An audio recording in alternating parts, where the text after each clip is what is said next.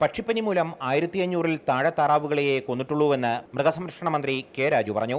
കഴിഞ്ഞ തവണ 2 ലക്ഷത്തിലധികം താറാവുകളെ കൊന്നൊടുക്കിയിരുന്നു. കുട്ടനാട് മേഖലയിൽ 20 ദ്രുതകർമ്മസേനകളെ വിന്യസിച്ചിട്ടുണ്ട്. താറാവ് വിൽപ്പനയ്ക്ക് 10 ദിവസത്തെ നിയന്ത്രണം ഏർപ്പെടുത്തി. പക്ഷിപ്പനിക്കിടയാക്കിയ വൈറസുകൾ മാരകമല്ലെന്നും കെ രാജു പറഞ്ഞു. ആലപ്പുഴയിൽ ഇപ്പോൾ സ്ഥിരീകരിച്ചിട്ടുള്ളത് H5N8 വൈറസാണ് സാർ. ഇവ മാരകമല്ല, മാത്രവുമല്ല മനുഷ്യരിലേക്ക് ഇതുവരെ പകർന്നിട്ടുമില്ല സാർ. കൊന്നൊടുക്കിയ താറാവുകളിൽ 2 മാസത്തിൽ താഴെ പ്രായമുള്ളതിന് 100 രൂപയും 2 മാസത്തിൽ കൂടുതൽ പ്രായമുള്ളതിന് 200 രൂപയും നഷ്ടപരിഹാരം നൽകും. നശിപ്പിക്കപ്പെട്ട മുട്ടകൾക്ക് 5 രൂപ വീതവും നഷ്ടപരിഹാരം നൽകുമെന്ന് കെ രാജു നിയമസഭയിൽ പറഞ്ഞു.